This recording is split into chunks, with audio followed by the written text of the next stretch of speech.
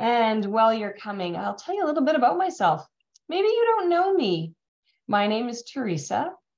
I am a language arts mentor. That's what we're talking about today.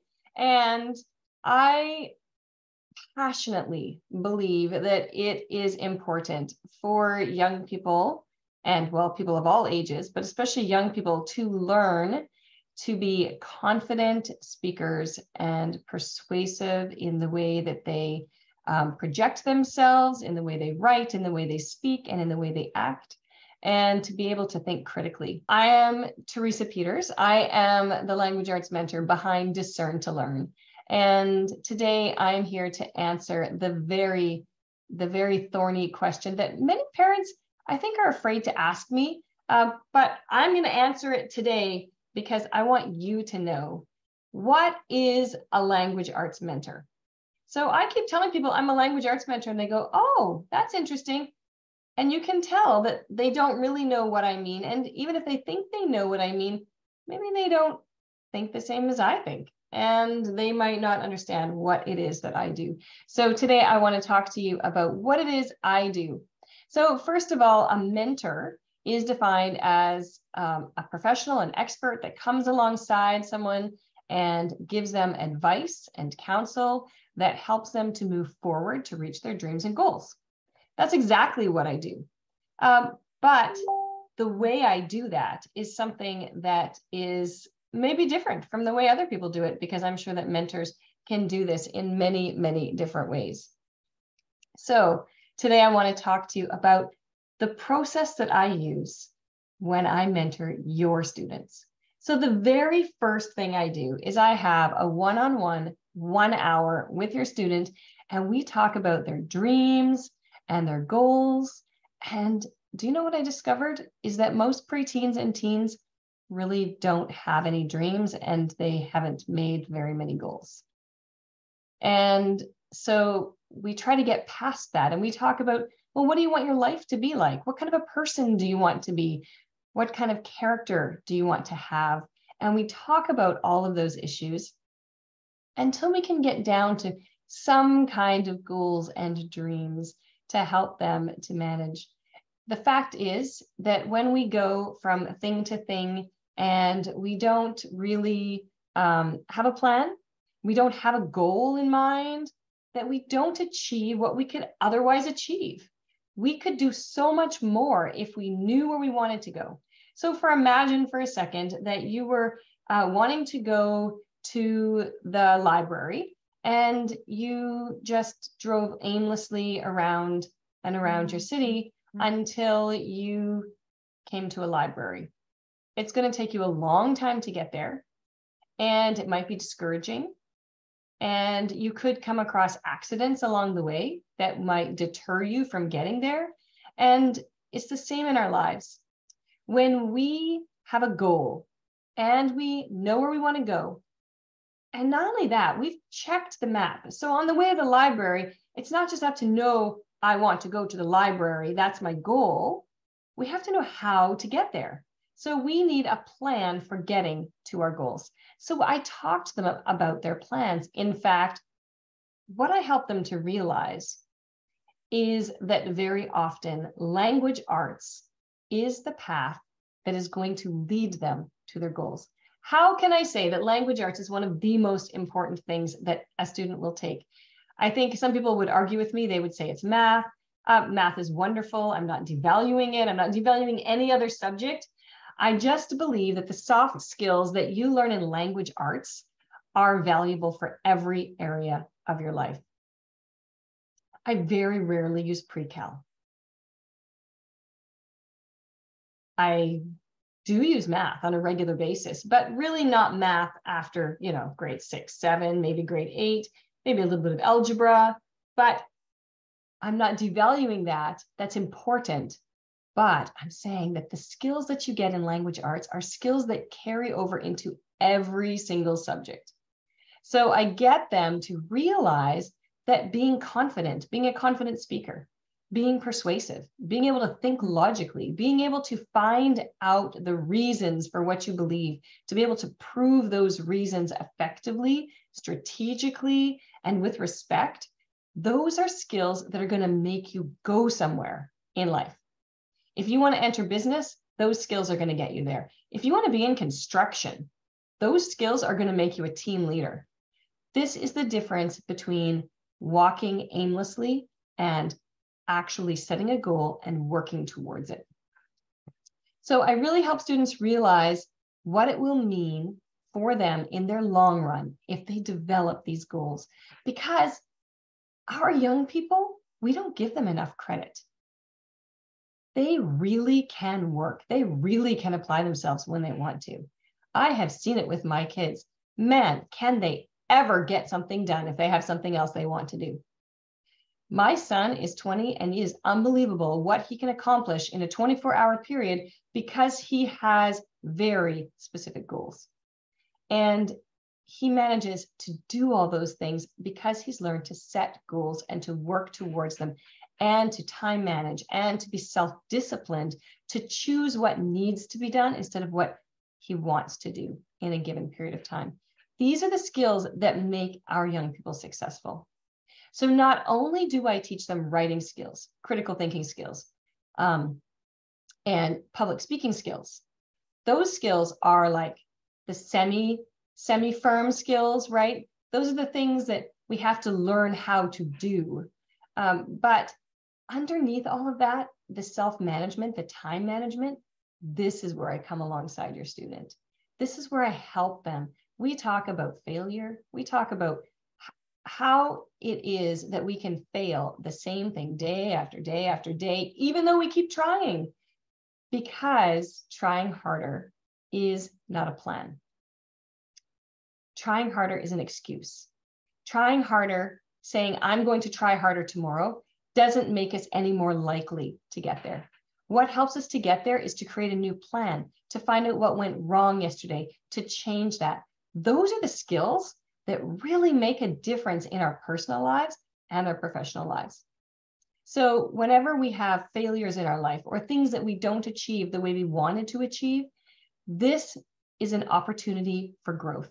So this brain plasticity, these are like buzzwords that are everywhere right now.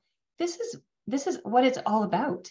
It's about our young people realizing that they can continue on, that they can do hard things, that they have the ability to put aside their personal desires for a few minutes in order to chase after the dreams that are going to make a difference in their life, to work hard on the skills that are really going to make a difference. So we work on self-management, we work on self-discipline, we talk about scheduling and planning, we do note-taking. Sometimes I will do some anxiety management with them. I have many students who have a lot of anxiety about writing. So when they sit down to write, the panic rises up in them. And we talk about that. We talk about how to overcome that. And we talk about how to move forward and that those things don't have to stop us. We don't have to give in because we're afraid. We can fight and we can change the pattern of our brain and our thinking. And so I'm not talking about like serious mental illness, anxiety disorders. I'm talking about the same fear that many of us have. But for some students, this is fairly debilitating. It's holding them back in all of their areas in academics. This fear that they are going to fail, this fear that they're not going to be able to do it well enough, this fear that everyone else is better than them, this fear that maybe they just weren't born with it. And I get to tell them, none of us are born with it. I feel the same fear every time I sit down to write. I wrote an article this morning. It's always the same. I have the same thing. People are going to see my writing. I'm a professional writer. It goes out in print. They're going to see my writing. They're going to agree. They're going to disagree. They're going to have opinions. They're going to say things. I mean, thankfully, I don't know what they say or what they think, but it's a very big deal to write, to put ourselves out there for someone else to see. And so that fear, that anxiety, that's okay. And we talk about that. We deal with those things. We talk about how it feels to procrastinate, how it feels to have things build up because we procrastinate. And we talk about what it would feel like if we were all on track. How wonderful would it be? And why are we willing to trade this moment of I don't want to for all of that peace? And so we talk about those things. We work together and we actually move forward in the things that each student individually is struggling with. That is mentoring. That is coming alongside them in whatever struggles they have, not in a set prescribed curriculum where everyone has to fit in a box. In every single one of my classes, there is a sort of curriculum. There is a plan set in place. And then each student comes with their own things. They have their own habits, own gaps that they are working to fill, and their own issues that they're trying to work on in their lives. And they do that privately on their own habit trackers. And then in the class, we work on the language arts pieces, but also students who are struggling with a certain thing. They can have special assignments. They can have a different assignment. They can have a more difficult assignment. They could have an assignment without a due date, an assignment that just helps them to work and to continue to keep facing those fears.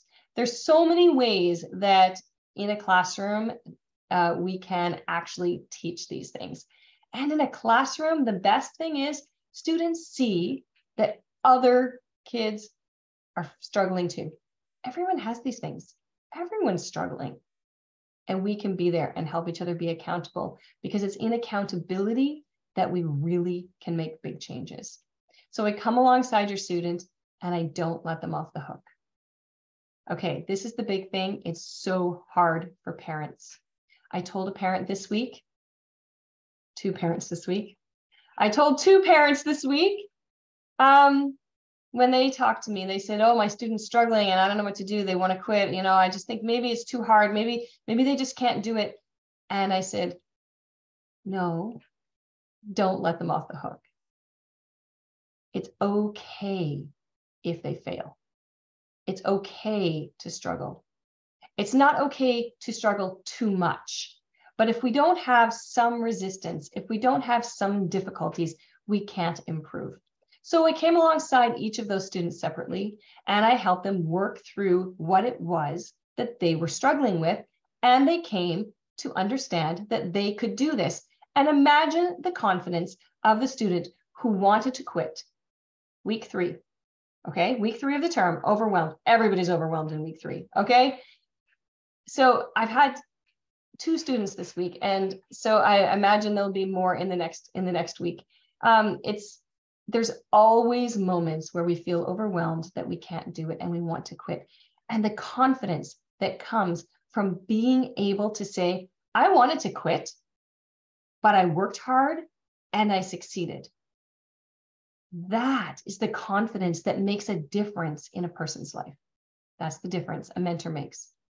So it's so difficult for parents to watch their kids struggle. It's so difficult for me to watch my kids struggle. I understand that completely. Sometimes it's so much easier for someone outside. And it's so much easier, I think, for our young people to take it from someone outside.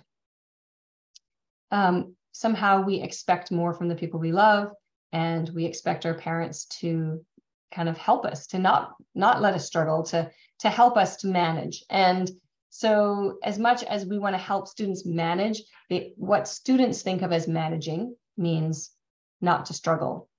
And the important thing is to build that confidence and that strength. So we talked in class this week, in a couple of my classes, about a baby learning to walk. And what would happen if you carried that baby around all of the time, and how their legs wouldn't get strong, that their bones wouldn't develop properly, their joints wouldn't develop properly. And you would be disabling that child by carrying them around all of the time. And as a mentor, as a parent, it's our job to let our children learn to walk. And we know this instinctively when they're actually standing up as toddlers and they're learning to walk. Because the first thing we do is we stand them up and we say, come here, come on, you can do it. And they fall down. And we don't get upset and say, what's wrong with you? I can't believe you couldn't do that. You should know. No, we celebrate. And we say, good for you, you did it. I'm so proud of you. Try again. That is mentoring. That is helping our young people to stand up, to try, to fail, to stand up, to try, to fail. What happened between learning to walk and being a teenager that we want to bail our kids out of everything? I don't know what happens, but it's so important that our young people learn how to work hard and apply themselves and sometimes fail so that they can get back up and have the confidence that they can work through failure. Failing doesn't mean that you are a failure. And by failure, I don't mean failing an entire year or failing an entire course. I mean, the first time something goes wrong, that is a failure. That is not working out. And so that's where that student needs to learn to not hide, to face their failure, to understand that they can learn and grow from it, that they can make a difference tomorrow or in 5 minutes from now, they can change their habits. Writing. What does all this have to do with writing anyway? Writing is a very long project. It's not something you sit down and do. You have to manage your time. You have to be self-disciplined. Most people don't like writing essays. I don't like writing essays. It's not something we do for fun and normally. And so we have to do things we don't want to do. And we have to do them over a very long period of time through a lot of different steps, which almost guaranteed at one or many of those steps, we're going to struggle and not be equipped and have to learn better skills to help us advance. Writing is a process that is perfect for teaching success mindset. It's perfect for a mentor. When I mentor your student in writing, every single step along the way, they hand in an assignment, they get feedback on that assignment. They learn questions they could have asked or should have asked. We take every assignment as the next step in the writing process. So it doesn't happen for a very long time that they're told to just hand in. Actually, I never have just hand in an essay, ever. They start by handing in their topic with their reasons. They start by submitting an outline, and that's later. Like at the very beginning, we are working through every small step along the way, helping them to fine-tune their logic, their reasoning, the questions they should ask, how they should be researching, how to order their paragraphs, how to order their facts, all of those pieces. And we haven't even started to write. This is all the writing process. So the mentoring process of writing is a mentor coming alongside you at every step of the way, helping you to realize how you can improve. And this is so important. And it is the one thing that has made every student in my class a successful writer. I have never had a student come through my class that didn't leave writing better than they came in, significantly better. I've never had a student that I couldn't teach to write. And I'm talking 200 students just in the last, 7 years. So this is an important thing. And the more hands-on mentoring your student has, the faster they learn, the faster they develop, the faster they grow. And learning at that speed rewards them so much. When their children are young, we reward them in very short periods. And as they get older, we reward them in longer periods. Or if something is very, very difficult, we need rewards immediately. We need rewards in a very short period of time, and we need larger rewards.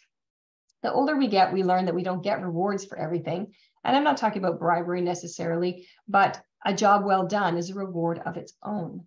And so we can't expect, though, that someone who's struggling and working through a process, that a job well done is going to be its own reward, because that is such a long-term goal in an essay. So we need to reward them, encourage them, guide them each step of the way. So that's how I work with them throughout the writing process, to mentor them, to help them to get immediate results, because then they get immediate confidence. And as soon as they get that confidence, once a student has confidence in themselves, in their ability, in their agency in life, nothing can hold them back. So absolutely, mentoring is vital in my program. This is why I do not offer video classes. I can't mentor a student in a video class. That's just training. You can find anything for free on the internet. Like, there's no need to ever, bother. Like, there's so much content, it's unbelievable. But mentoring is a completely different thing. It's something that really is going to change your students' success trajectory. Literature and critical thinking.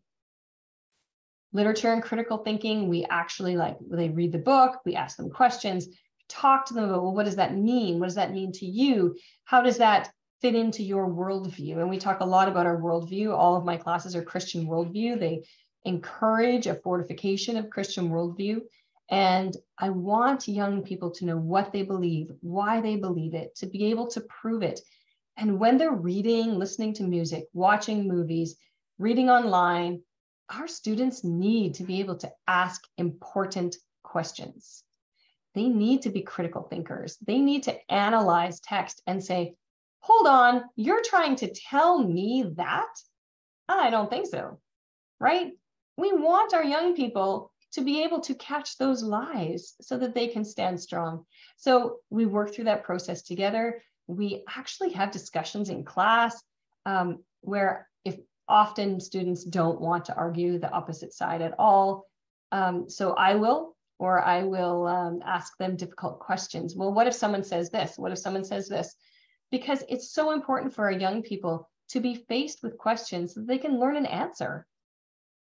It's like a test, right? We can't just learn information, and if we're never tested, if we never are asked questions, or if we're never challenged, then we really don't know how we're going to answer in the situation.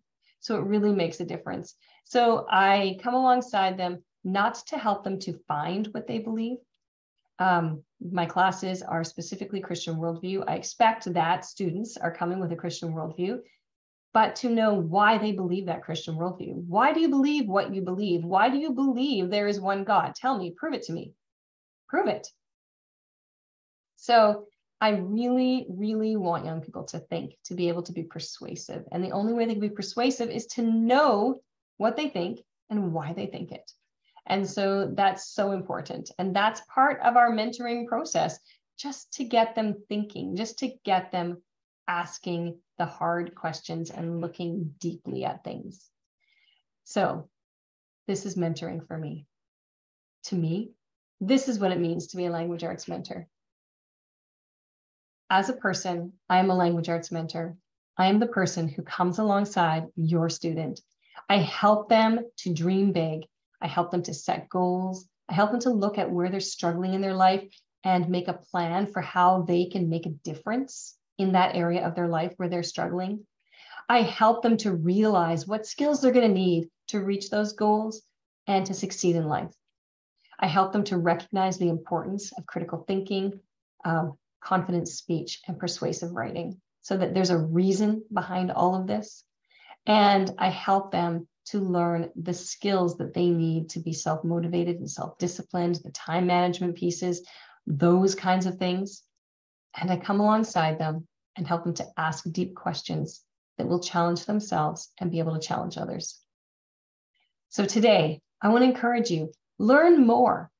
Do you want to know more about how I mentor students in my classes? You can go right now, tutor, tutor.discerntolearn.com, and the link will be posted right here. You can download my ebook, 12 Weeks to Writing Confidence, how I do it and how you can too. Go ahead, use the method. I am absolutely fine with that. I just want young people to succeed. If you need more help, if you think that this would help your student, I would love it if you would reach out to me. DM me, message me, email me. You can find me at discerntolearn.com, Facebook, Instagram, Twitter, YouTube. I'm everywhere. So please reach out. I want to hear from you. I am not just a language arts mentor to the students who have paid. I am your language arts mentor. So if you have questions, if you need help, if you have concerns about your student, grade 5 to 12 in language arts, I want to help you. So reach out if you have questions. I would love to be there and be the one to guide you through. Have an awesome day. Thank you so, so much for joining me today. I appreciate it, and I will talk to you very, very soon.